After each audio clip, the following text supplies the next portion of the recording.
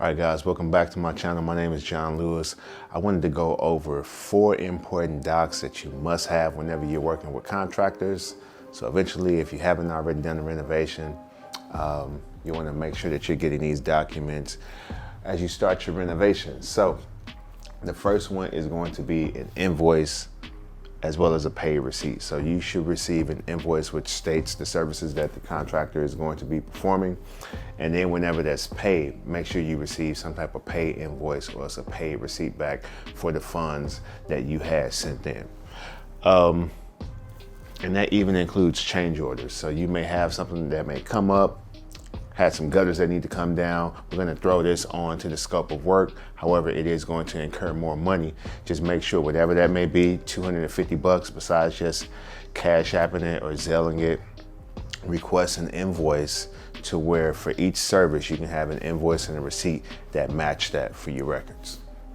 Next up is going to be a thorough scope of work. That scope of work should highlight everything that the contractor is supposed to do as well as everything that the contractor is not supposed to do.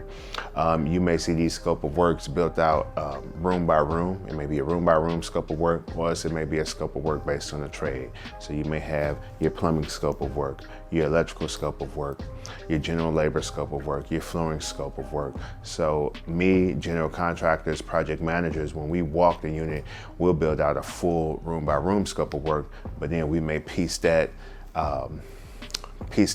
whole scope out to different tradesmen and different skilled laborers. So definitely make sure you have a bulletproof scope of work, and it should highlight everything. So if you want flooring and you want quarter round, make sure you have flooring and quarter round. If you want them to remove the baseboards and then put the baseboards back, make sure that you highlight all of that. If you specifically want a certain amount of coats on the wall, make sure you highlight that. If you want them to protect your device plates, hey, either take the device plates off or take them off, make sure that you highlight that. If you don't want overspray on your window, make sure you highlight that. Or as if they do, that they have the proper cleaning tools so where they can clean things like that up. So just get very, very, very specific with your scope of work, especially when you're working with new people. The more you start to have repeat relationships with contractors, you both will start to figure out how each other work, what we like, what we don't like, still have it in your scope of work, but it won't be as crucial for when you're starting a new relationship with a new contractor. Next is going to be your W-9. This is the one, man, this gets me because we have handymen who can't really receive too much money outside of, they may already receive some type of government assistance, so they can't make too much money on the side. So eventually this is going to come up. Can you sign a W-9? And most of them can't. So this W-9, whenever you pay for a service, the IRS needs someone to tax on that income. So you just paid someone, they just received income for a service that they provided. If they didn't fill out a W-9, chances are they aren't going to show that income on their taxes. And then we just had money move and the IRS didn't make any money off of it. So it's your responsibility to make sure that that someone is going to be taxed for those funds, and it can either be that subcontractor or else it can be yourself. And this you may get away for a few years, but if you ever have an audit, they're going to request for any subcontractors that you paid, did they fill out a W-9 and did you send them a 1099 at the end of the year? So the workflow is, I hire a contractor up front. Can you sign a W-9 for me? You need to have that confirmed before they even start the job. And then this W-9 will need to be signed. You can pair it with your first payment, or else you can just make sure that it's signed before you give them their last payment. So when you end up paying guys in full, they're gone, they're moved on to their next job, it's going to become harder and harder and harder to get this W-9.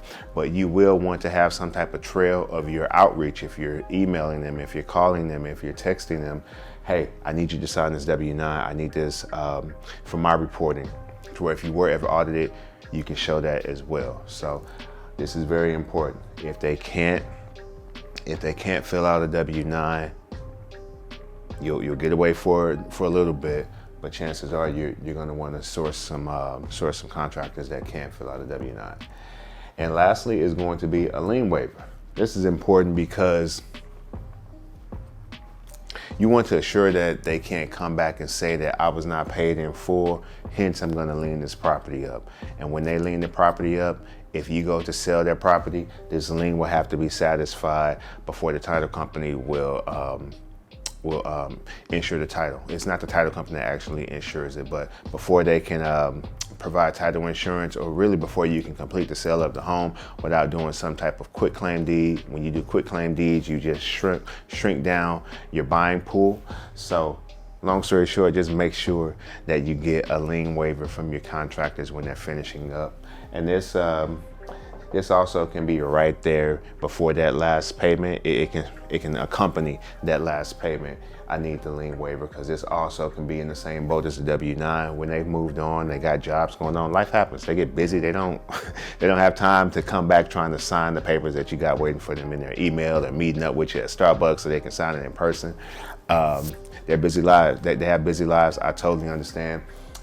Nevertheless, we are running a business, so we do need these documents signed, and we need them for our records. So I just wanted to let you guys know about that as you're going on with your renovations. Make sure that you get your invoice as well as a paid receipt. Make sure that you have a scope of work. I'm surprised about, like, I see people who start relationships with contractors and they do not have a clear scope of work. And that can be very common for people who are not in the, I'm seeing it a lot from people who are not in the industry. When they'll let me know about something that happened, and I'll ask, hey, where's the scope of work, or what, where's the paperwork on it? And it was all verbal handshakes. So yeah, I can understand, like, if they're not in the industry, why, but don't make that mistake. Have a clear scope of work. If you can't do it, get with somebody. Get with an inspector, a realtor, another contractor you may know, or even ask them, hey, can you give me out as detailed a scope of work as possible over what's going to be happening? Because there could be things that they're doing that maybe you don't know. You're not in the industry, you don't know the jargon, you don't know the name of this type of repair, you don't know how to calculate square footage, things like that.